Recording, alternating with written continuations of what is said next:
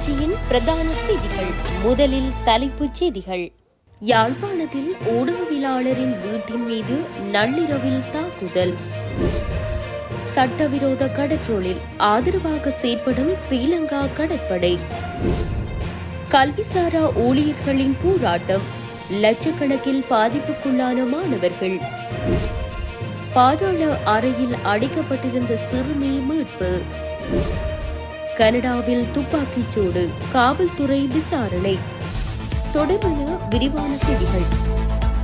யாழ்ப்பாணம் அச்சுவேலி பகுதியைச் சேர்ந்த ஊடகவியலாளர் ஒருவரின் வீட்டின் மீது வன்முறை கும்பல் புகுந்து தாக்குதல் மேற்கொண்டுள்ளதுடன் வீட்டின் முன் நிறுத்தி வைக்கப்பட்டிருந்த வாகனங்களுக்கும் தீ வைத்து வன்முறையில் ஈடுபட்டுள்ளது.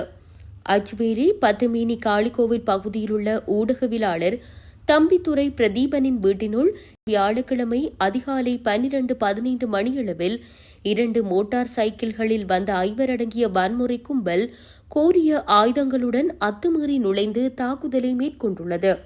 வீட்டின் ஜன்னல் கண்ணாடிகள், மீன்தொட்டியை அடித்துடைத்து வீட்டின் வரவேற்பறையில் வைக்கப்பட்டிருந்த பொருட்களுக்கும் தீ வைத்துள்ளனர். பின்னர் வீட்டின் வெளியே நின்ற ஊடகவியலாளரின் மோட்டார் சைக்கிளுக்கும் அவரது சகோதரனின் முச்சக்கர வண்டி மீதும் கூறிய ஆயுதத்தால் தாக்குதல் மேற்கொண்ட பின்னர் அவற்றிற்கும் தீ வைத்துள்ளனர். அதனால் மோட்டார் சைக்கிள் மற்றும் முச்சக்கர வண்டி என்பன சேதமடைந்துள்ளன. திருநங்கைகளின் உணர்வுகளை தவறாக சித்தரிக்காதே என அச்சடிக்கப்பட்ட துண்டு பிரசுரங்கள் வீட்டினுள் வீசிவிட்டு குறித்த கும்பல் தப்பி சென்றுள்ளது. சம்பவம் தொடர்பாக அச்சுவேலி காவல்துறையினர் விசாரணைகளை ஆரம்பித்துள்ளனர். யாழ்ப்பாணம் வடமராட்சி கிழக்கு கட்டைக்காட்டில் சட்டவிரோதமாக ஒளிபாய்ச்சி கடற்றொழிலில் ஈடுபட்ட 16 பேர் 8 படகுகளுடன் கைது செய்யப்பட்டுள்ளனர். கட்டைக்காட்டில் இருந்து 50க்கும் அதிகமான படகுகளில் சென்று ஒளிபாய்ச்சி மீன்பிடித்து பல்லாயிரக்கணக்கான மீன்களோடு கரைக்கு வந்து கொண்டிருந்த வேளை குறித்த படகுகள் நேற்று காலை வெற்றிலைக்கேணி கடற்படையால் கைது செய்யப்பட்டன. கைது செய்யப்பட்டவர்கள் மேலதிக சட்ட நடவடிக்கைகளுக்காக யாழ்ப்பாணம் கடற்றொழில் பரிசோதகரிடம் ஒப்படைக்கப்பட்டதுடன் கைது செய்யப்பட்ட சிலரை கடற்படை கடலில் வைத்து விடுவித்துள்ளதாக நேரில் பார்த்த சிறு தொழிலாளர்கள் குற்றம் சாட்டியுள்ளனர். விடுதலை செய்யப்பட்டவர்கள் துணிவாக நேற்றும் சட்டவிரோத கடற்றொழிலுக்கு சென்றுள்ளதாகவும் அவர்கள் யாருடன் தொடர்பு வைத்து லஞ்சம் கொடுத்து தொழில் புரிவதாக கேள்வி எழுப்பியுள்ளனர். இவர்களை காங்கேசன்துறையில் இருந்து வரும் ரோடா படகுகள் கைது செய்து விசாரணைக்கு உட்படுத்தும் பட்சத்திலேயே பல உண்மைகள் வெளிவந்து சட்டவிரோத தொழில் நடவடிக்கைக்கு முற்றுப்புள்ளி வைக்க முடியும் என்று அவர்கள் தெரிவித்துள்ளனர். 41 நாட்களாக தொடரும் பல்கலைக்கழக கல்விசாரா ஊழியர்களின் போராட்டம் காரணமாக 17 அரச பல்கலைக்கழகங்கள் மற்றும் 17 உயர்கல்வி நிறுவனங்களின் செயற்பாடுகள் பாதிக்கப்பட்டுள்ளதாக தெரிவிக்கப்பட்டுள்ளது.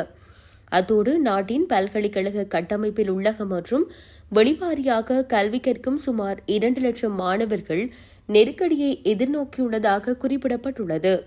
இதன் அடிப்படையில் இந்த பணி பகிஷ்கரிப்பு காரணமாக கற்றல் நடவடிக்கைகள் மற்றும் பரீட்சைகளும் ஒத்திவைக்கப்பட்டுள்ளதாக தெரிவிக்கப்பட்டுள்ளது. மேலும் தங்களின் கோரிக்கைகளுக்கு அரசாங்கம் உரிய தீர்வை முன்வைக்கும் வரை இந்த போராட்டம் தொடரும் என்று பல்கலைக்கழக கல்விசாரா ஊழியர்கள் தெரிவித்துள்ளமை குறிப்பிடத்தக்கது. கொழும்பு வெள்ளவத்தை தொடருந்து நிலையத்திற்கு அருகில் இடம்பெற்ற விபத்தில் ஒருவர் உயிரிழந்துள்ளார். இந்த விபத்து நேற்றிரவு இடம்பெற்றுள்ளதாக காவல்துறையினர் தெரிவித்துள்ளனர். மோட்டார் சைக்கிள் ஒன்று வேனுடன் மோதியதில் இடம்பெற்ற விபத்தில் மோட்டார் சைக்கிளில் பயணித்தவர் உயிரிழந்துள்ளார்.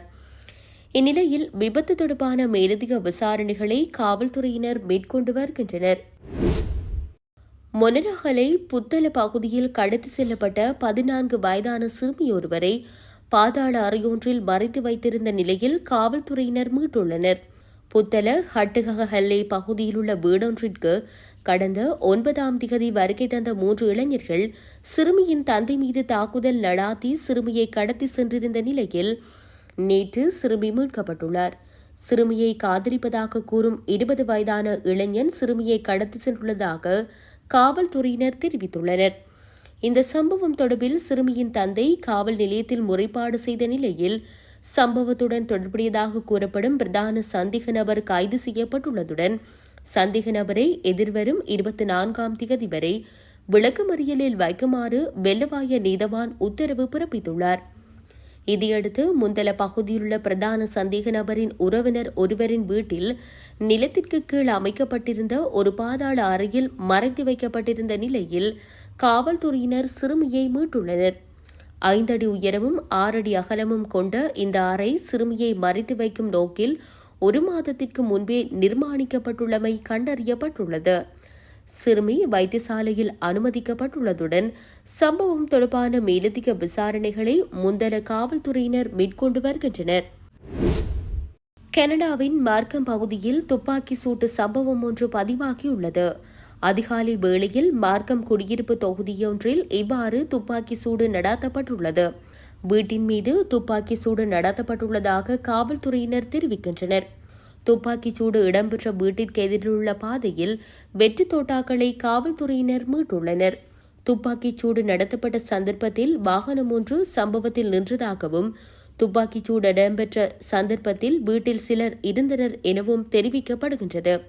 சம்பவத்தில் எவரும் காயமடையவில்லை எனவும் இந்த துப்பாக்கி சூட்டு சம்பவம் தொடர்பில் மேலதிக விசாரணையை காவல்துறையினர் மேற்கொண்டுள்ளனர். இத்துடன் செய்திகள் யாவும் நிறைவு பெறுகின்றன. மேலதிக செய்திகளை அறிந்து கொள்வதற்கு www.tamilaram.com எனும் இணையதளத்தை பார்வையிடுங்கள்.